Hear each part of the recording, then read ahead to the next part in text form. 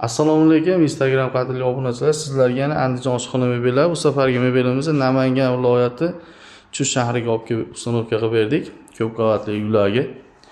Ko'rib turgan mebellar high-tech stilda qilindi. Mebelimiz uzunligini aytadigan bo'lsam, bu chekkadan bu shkafning oxirigacha 4,5 metr, burchagidan xolodilnik tugashgacha 275 cm, poldan balandligi 280 cm bo'ldi. Ko'rib turibsizlar, xolodilnik ham o'ta akkuratli joylashtirildi. Razonlari ham o'ta chiroyli bo'ldi. Akril materialdan qilib berdik.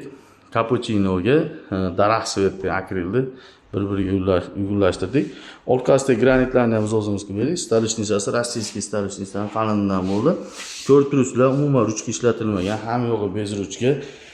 Hatto rolilarga ham tandem rolilardan qo'yib berdik, vakuumli. Eshigini chekkalari barchasiniki plasmassa, osha-moshalari vakuumli. Kimga shunaqa mebellar kerak bo'lsa, bemalol murojaat qilsanglar bo'ladi. Bu mebelimizni 1 metrini 3,5 million so'mdan yasab berdik. Ko'p qavatli uylarda o'zingizlar bilasizlar, bunaqa aqlli katyonlari bo'ladi. Ularga ham juda chiroyli yechim qilib berdik. Kanalimiz rivoji uchun bittadan like, podpiskani ayamasizlar.